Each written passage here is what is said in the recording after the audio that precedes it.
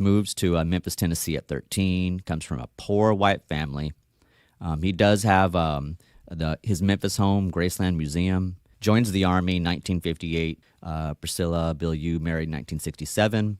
And Elvis has a daughter, Lisa Marie Presley. And I think Elvis Presley in the beginning, one of the big stories is, okay, well, how did like Elvis even get started? Like where was the draw to music, or what did he do with music? What's one of the first big things that Elvis Presley does, with music? Like where's a good place to start? I guess is the question maybe I'm asking myself, and maybe something for you to think about.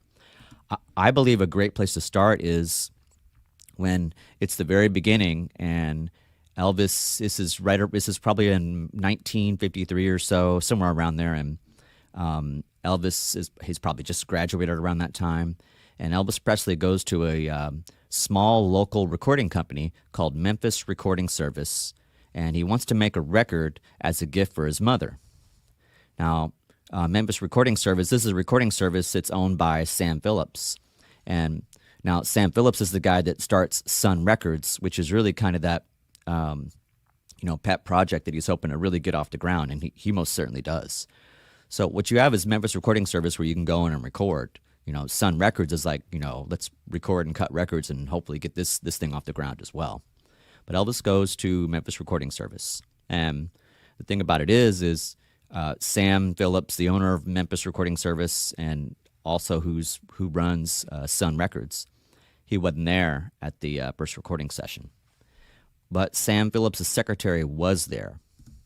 And Sam Phillips' secretary, whether it was Elvis warming up or she heard it had to have been, because we know that there's two originals. It's pretty expensive to, cut two originals and kind of keep one, hush hush. It's not necessarily hush hush anymore. And obviously the story has been told and it's out, The secretary, her name is Marion Keisker.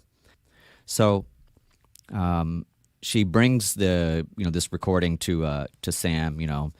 Sam checks it out. Sam Phillips is blown away by this. All these variations of this particular story go something like this.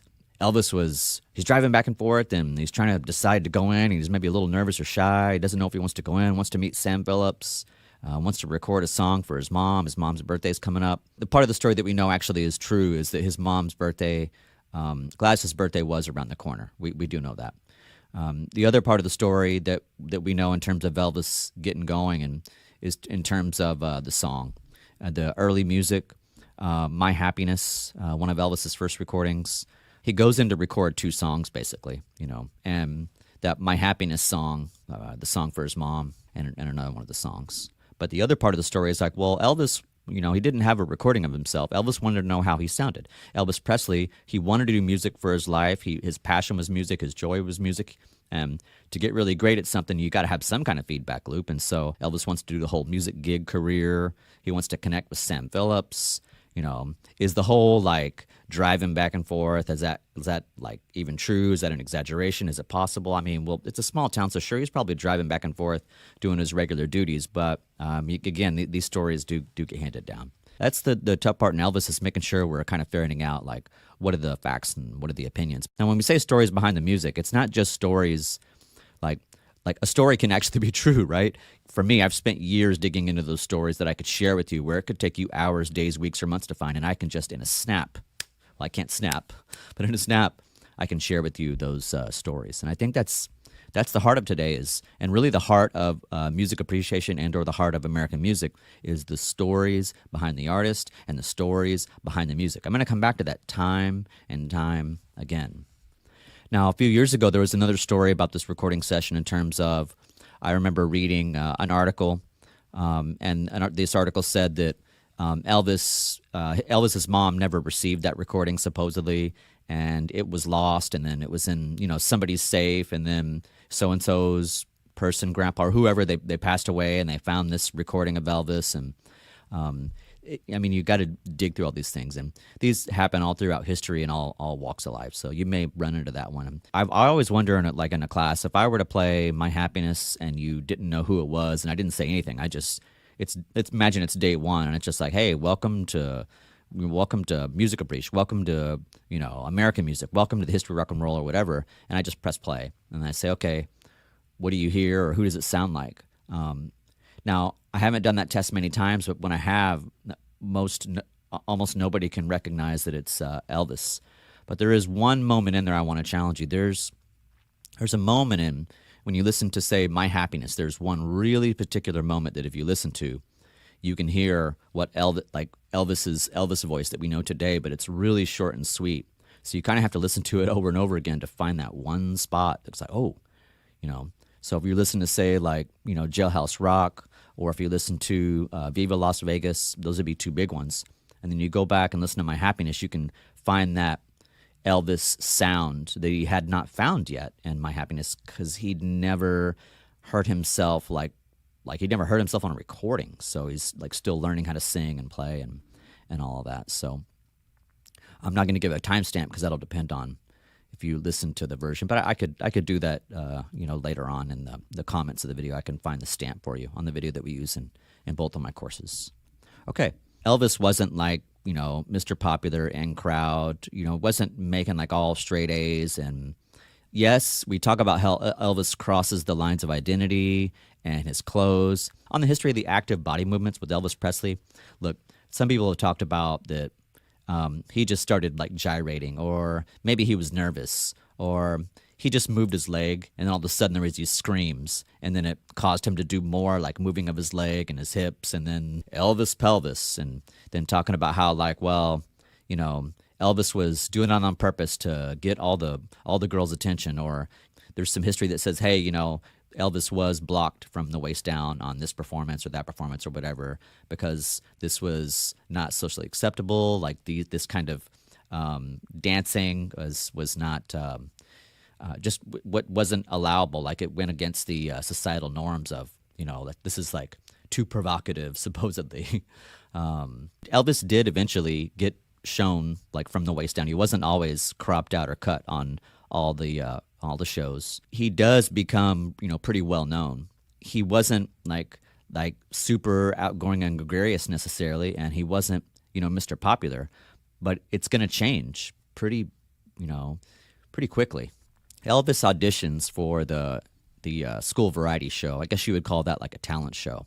And there's a lot of variations of this story that go around. One of the variations in terms of the variety shows, as what we call talent shows, that Elvis, they say that he auditioned and he didn't pass the audition, or that a teacher, gave him some negative comments, and he didn't do very well on the audition, and he didn't make it in supposedly. There's other stories that say, well, no, that's not right. What happened was Elvis was in a class or whatever, some kind of arts or music class or general class, and people were taking turn doing some kind of presentation. Maybe when he did this for the class or audition or whatever it was, that he didn't have his guitar. Maybe he just sang, or maybe he just played guitar and he didn't sing. Again, there's so many variations of the story. What we do know is that Elvis came back another day and he sang and played guitar, and everyone just went like crazy in a good way. Like, whoa, he can sing and play guitar. And then after that, he's on the variety show, Hume's High School variety show, talent show, and like it blows up. Like everyone's like, whoa, wow, and that's when people really started like, man, this guy's awesome. Man, he's got some skills, So we talk about like the Elvis image, that as he's going, where we're talking about a combination of, say, African American and lower class whites. He does get to this whole vibe of black leather jacket, open shirts, upturned collars, get the long sideburns, hair greased back into a ducktail, these kind of things with the image.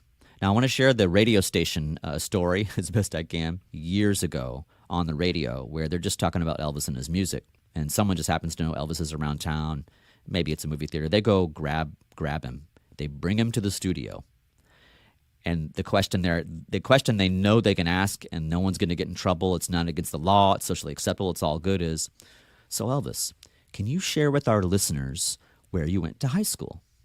And Elvis says, "Oh, thank you very much." I don't know if he said that. But what Elvis did say was Humes High School. Why is that important? Because in Elvis's time, that was a high school for all whites.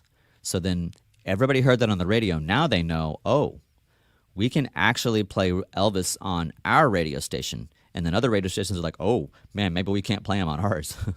Of course, that's going to change because you can't get number one songs on pop, R&B, and C&W without actually like breaking the rules. And so, yeah, it's about to go down. You know, the first trio for Elvis ends up being Elvis Presley, you know, guitar and singing, and then you have Bill Black on bass and Scotty Moore on, you know, lead guitar, and then Scotty Moore is Elvis's first manager. So if we take a look at Bob Neal, his second manager, you know, Bob Neal doesn't get enough credit for this, and I really wish he would. What can I tell you in the short and sweet on Bob Neal? Radio station, DJ, record store Memphis, you know, he's representing Johnny Cash, Carl Perkins, Roy Orbison, Jerry Lee Lewis. But I want to reiterate, if there's one thing I would say on Bob Neal, his second, it's the Elvis Presley Enterprises. If he had not started Elvis Presley Enterprises, I'm not sure we'd be where we are today in terms of like the whole Elvis Presley like brand and flow and company and merchandising and like, you know, ticket sales. And you just think about like, you know, an artist that, you know, stand the test of time. It's not that they're all money hungry. It's not that they're not chasing fame and glory and want to be rich. In fact, a lot of times it's the opposite. What else did Bob do? You know, Country Music Service in 1964, Director of Country Music Association 1970s, Country Music Disc. I mean, he's just got, you know, Disc Jockey 1984. He's just got these long list of just, you know, awesomeness. There's this guy, Col Tom Parker. Maybe we can bring the Colonel in to help us just keep moving forward. The original idea or intent with Col Tom Parker was actually just to come in and help the team, not completely take over. While Col Tom Parker, he was definitely a shrewd insider, worked with Eddie Arnold and Hank Snow. He wasn't actually a real colonel. He wanted to call himself a colonel. One of Elvis's big things that he wanted to do his whole life was to go to Japan and do a concert in Japan. And sure, not just Japan. Elvis wanted to travel the world. He wanted to do gigs. The hidden story for many, many years was that Tom Parker couldn't leave the country. If he did, he wouldn't have been allowed back in, ever. The fact of the matter is, the Colonel did, every time Elvis brought up, hey, I want to do this or I want to do that, the Colonel was really great about pivoting the conversation, about saying, hey, Elvis, why don't you do this instead? Elvis wants to, you know, travel the world, or Elvis wants to go to Japan or wherever he wants to go. And then the Colonel's like, well, why don't you do movies? Because the whole world will see you in movies. You know, and he's like, and then Elvis comes around, okay, we could do that. The conversation comes up again, and the Colonel's like, well, why don't we do a comeback special instead? Televised comeback special. More people will see you. There's no argument. He's, oh, okay, great, cool. We get this again, you know. You know, Elvis wants to travel the world, Japan being at the top of the list, and then the Colonel's like, well, why don't we do a satellite special? So they're pretty, I don't want to say three amazing pivots, because we all have mixed sentiments about the whole movie, like, you know, the movie vibe of Elvis. While the Colonel did actually pivot him 3 times with the whole movie gig, and then the comeback special gig, and then the Aloha from Hawaii satellite gig. That was some 3 big pivots, but the conversation, that was always the same. Elvis wanted to travel the world, tour the world, music, share his love and passion and joy for music, and there was always a pivot. And we didn't really know why until Col Tom Parker passed away. And maybe we found, it's possible, maybe somebody figured out the whole puzzle in Col Tom Parker's lifetime. You know, maybe that's even still being argued. Well, who know and when and all that kind of stuff, you know. The really awesome thing the Colonel did is he got him like over to RCA Victor. $40,000 is a lot of money to go from Sun Records to RCA Victor. And this is all by the blessing of, like, you know, like Elvis wanted this and Sam wanted this. It basically got to a point. So just imagine, you know, records, little 45s or whatever it was. Just imagine that you've got to be able to produce a certain number of them. Like, imagine like boxes and boxes and boxes filled with records. And there's only so many that like Sun Records could actually do. So it got to be a point of they just couldn't like keep up with that, you know, because Elvis did end up coming back and still doing all kinds of like recording things, recording projects with other people and studios. And like Sun Records is always like a big home. Memphis Recording Studio, Sun Records, a huge home and love for Elvis throughout his life to return and do gigs there, return and do recordings there. But for Sam knew that like Elvis's next step was to get to that bigger company in terms of like to help market him and in terms of distribution. So marketing and distribution, it was just Elvis is at a point where it's like, hey, we got to get to that next spot, that next level.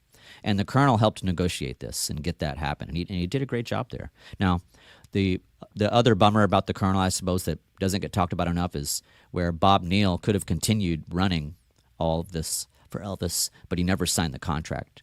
We don't know for sure if the Colonel maybe intimidated Bob Neal.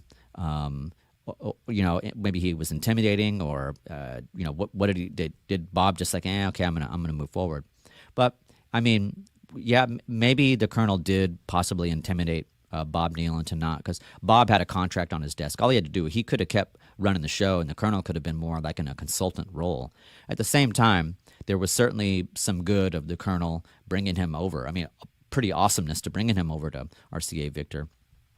But those pivot conversations certainly are like, man, this is just a lot of stuff to kind of chew on. So kind of leave that for you to think about in terms of the managers. So the story of the Louisiana Hayride goes like this. DJ Fontana was the house drummer at the Louisiana Hayride. Elvis, Scotty, and Bill are currently a trio. Scotty chats with DJ, and he asked him to join the trio on the Hayride show. So all studios, even in today's times, they have like studio musicians. So basically they're on standby if you need them. Now, it's the same thing for like a show that you watch where they've got like the house band that will play, of course, live on the shows. But those musicians will actually accompany like other musical guest acts as well.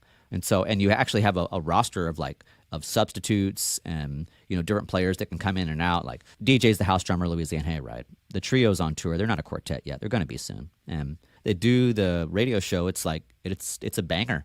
And then Elvis is like, "Whoa, you want to go on tour with us?" And boom, DJ Fontana is now the drummer for Elvis. Here's a story of Elvis's Vibe by Ronnie Tutt, his Vegas drummer. He's working with Ludwig, and they got these new drums coming out, Vistalite, acrylic drums, known for their attack and crystalline looks. I've talked about in previous lectures about John Bonham, When the Levee Breaks, Led Zeppelin. I mean, he's one of the guys that made these drums like pretty darn famous. You probably can go out and look at pictures and hear some stuff on that. Ron played with Elvis in these years, and one of their opening nights in Vegas, they're on stage doing their thing, and Elvis just keeps kind of looking at him, like giving him a weird and odd look. And Ronnie's like confused, like, I don't know what's going on, like in his mind, and he talks about this. So you can hear Ronnie talk about this on the National Association of Music Merchants, the Music History Project. I think I want to say it's probably in the first Elvis Part 1, I believe. So you can take a listen. But basically after the show, there's a tap. Sorry, I just knocked on my desk. And it's on Ron's dressing room door. And the person says, "Elvis wants to see you." So Ronnie walks into Elvis's dressing room. Elvis is pacing back and forth. And then finally, because Elvis didn't want to look at him. He didn't want to look. And he stops and he says, "Ronnie, do you like those new drums?" And then Ronnie's like, "Well, Elvis, I think they look beautiful, but they sound terrible." I remember listening to that the first time years ago, and I just started busting out laughing. I was like, wow. I'd never heard that story years ago. I was like, wow, it really says a lot about like Elvis. He didn't want to tell, Ronnie that he didn't like his drums or they sounded bad. Elvis wanted to hear what Ronnie thought. Now, what if Ronnie or Ron Tutt, what if he had said the drums sound amazing? Elvis, I don't know, who knows where he would have gone, but he wasn't going to call Ronnie out, and he wasn't going to say. He wanted to hear, Ronnie's thoughts. That's the kind of person that he was. Look, there's stories of Elvis. Elvis is in the studio. He's doing a big collab with a whole bunch of people. It's really awesome.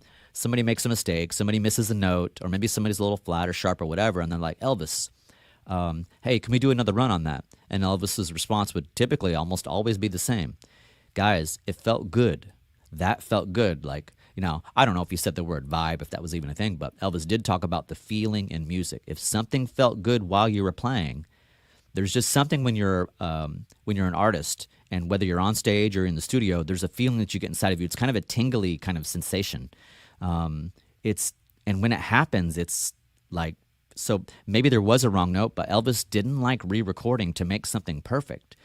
If it felt good, let's keep it. don't, it's like most people aren't going to hear that anyways. Now, sure, there's records and albums and like, live things where it's like there's mistakes or there's albums where in the Elvis library where they did record it, 10 times or 30 times or maybe they did do some overdubbing or splicing. Sure, yes, that's going to exist in all periods in terms of, so it's not like one shot, let's just record it once. It felt good. No, it takes a lot of takes probably to get that feeling. But Elvis is just like, hey, if we've recorded it this many times or we're doing this or that or whatever, did you enjoy making music and that song right then and there, and did it feel good, And if the answer is unanimous yes, it can't be like, yes, but I missed a note. So what, So that was I think a cool thing for Mr. Elvis Presley. How about the story of the original drum set? Okay, so the guy's name is Herb Brochstein. Herb opens a drum shop in Houston. This is Houston, Texas in the 1950s, and he sold Elvis his first drum kit. Elvis and DJ Fontana were looking for some drums, stopped by the store. I think at the time, so they were a quartet. It was Elvis Presley, Scotty, Bill Black, DJ Fontana. Herb remembers Elvis pulling up in his pink Cadillac to the store. In the interview that Herb's done a couple, but in one of the interviews that I saw, like Herb said that he saw Elvis and DJ, and then he also mentioned Bill Black. He said, I'm not sure if Scotty was there, but at any rate, you got Elvis and DJ checking out all the drums in the store. They didn't find anything they liked, and then there's like a drum set hidden or just kind of pushed off to the side somewhere. Typical of like musicians that own drum stores. That, at least for him, he had his kind of drums just off to the side. Now, in modern day times, we have them in like our private rooms or offices or at our places, or whatever. But anyway, Elvis and DJ checked out all the drums. They didn't find drums that they like, and Elvis notices that drum set off to the side, and he's like, "Hey Herb, can I take a look at that drum set?" And he's like, "Oh, that's my drum set, but sure, you can go take a look, check it out." And at the time, Herb had not heard anything about Elvis except like one of his friends asked him. I don't know if it was days or weeks or somewhere before Elvis had even visited. Herb had some kind of conversation with a friend about, where his friend's like, "Hey, have you heard of this Elvis guy yet?" And no, who's that guy? And then they're explaining it to Herb, and Herb is like, and Herb's response, even in the the interview, is like, he sounds like a hillbilly-ish kind of musician or something like that. Elvis wasn't that big yet. He was getting there. It was actually about to happen. It actually happens very soon after this whole drum story. So Herb was a big, he's a jazz artist, and Herb was always playing on different kinds of drum sets and configurations. And I think that drum set at the time probably was a Gretsch drum set that Herb is actually gigging on for his jazz gigs, and that may have been the one Elvis had taken. So Elvis really liked Herb's drum set, and he's like, "Hey, can I buy your drum set?" And Herb sold his own drum set to Elvis. But to me, the really interesting thing in the history is that this happened all the time, according to Herb. In the interview, he mentioned something like 20 to 30 of his own drum sets, and probably the same thing, where he Herb's got his own, drum shop, and maybe he was picking the best one, or maybe he just picked the drum set that he liked. Maybe he just found the drums that he liked, and this is all really, really opinion. But either way, it's not like, oh, I'm going to I'm going to take the best drum set for myself, and everyone else can just figure it out. That Herb wasn't like that. He'd get some drums in, and he was always testing out, like, okay, I'm gonna try these drums for a little bit, and then he would sell them. So it seemed to be kind of a common thing where he was a gigger and he was selling drums, so he wanted to always stay fresh and new with his gigging kit, and that just kind of happened to be the one. Maybe it's broken in, it's played. He's trying like the new, cool, and different things. Maybe whatever the case may be, Elvis buys it. And one day, Herb opens up Life magazine. He sees his drums on the stage for the Ed Sullivan Show in Life magazine. He really got a kick out of that. The drums he sold Elvis Presley are now legendary. Man, how awesome is that? Mike Ladd is a guitar maker. He's got this guitar shop across from Graceland, Elvis Presley Boulevard. That's Elvis's house. And Vernon, Elvis's father, comes into Mike Ladd, and he says, Elvis's birthday's coming up. I want you to design something special. So Mike started working, and he came up with something pretty awesome. It's like he came up with like what he thought was just a really great guitar and phenomenal. Yeah, it was awesome. Mike finished the guitar. He was sent a martial arts sticker. In the interview, I think he mentions the word karate. Later on, he says in the interview, he says, that they sent him a Taekwondo sticker. Maybe it was a Kenpo sticker, but at any rate, he didn't want to put the sticker on.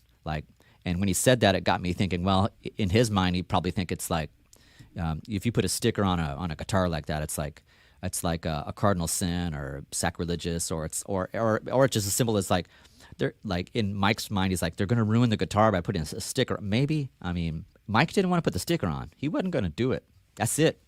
I am not putting the sticker on. Now, who sent him the sticker? I'd have to get the details. Probably somebody in the Elvis, one of the, basically not Elvis himself, but somebody within Elvis's crew, or who knows? Maybe it was a friend, maybe it was his dad. The part of this, who actually gave the sticker? I don't know. I think everyone's probably still trying to figure that out, and some website's going to say, I know who did it. This person gave the sticker, and maybe they're right. But I think the point of the matter is that you can act whoever gave the sticker, whoever it was, Elvis didn't walk in and do it. Elvis had somebody give Mike that sticker when the guitar was done, before Elvis or his dad went to pick it up. That is the facts. And so then what from there? Then the other part of it is, you can go online and you can see the guitar, you can see the sticker. But how did that happen? Because Mike wasn't going to do it. Well, on the interview, Mike says, he hears the phone ring, he picks up the phone, and on the other side, he hears a voice, and it says, "Are you Mike Ladd?" And then Mike says, "Yes, sir." And then the next voice Mike Ladd hears is Elvis's voice, and Elvis goes, "Put the damn sticker on, man." The other guy's like, "Well, did he really say that?" And Mike's like, "Well, maybe he said, 'Put the damn sticker on, boy.'" Click. And then he hung up. Whatever it was, so is that the exact words that Elvis said, or maybe not, maybe it's an exact, either way, it sure is a great story. So look, Elvis could sing, dance, Elvis could play guitar, everybody loved him. Elvis is in Las Vegas. This is before Elvis had a Vegas show. Elvis was just hanging, chilling, doing his Las Vegas thing. He hears Freddie Bell and the Bellboys give their version of Hound Dog. The song was written, Hound Dog was written by Jerry Leiber and Mike Stoller. You can verify this on the internet if you like. The first recorded version is by Big Mama Thornton.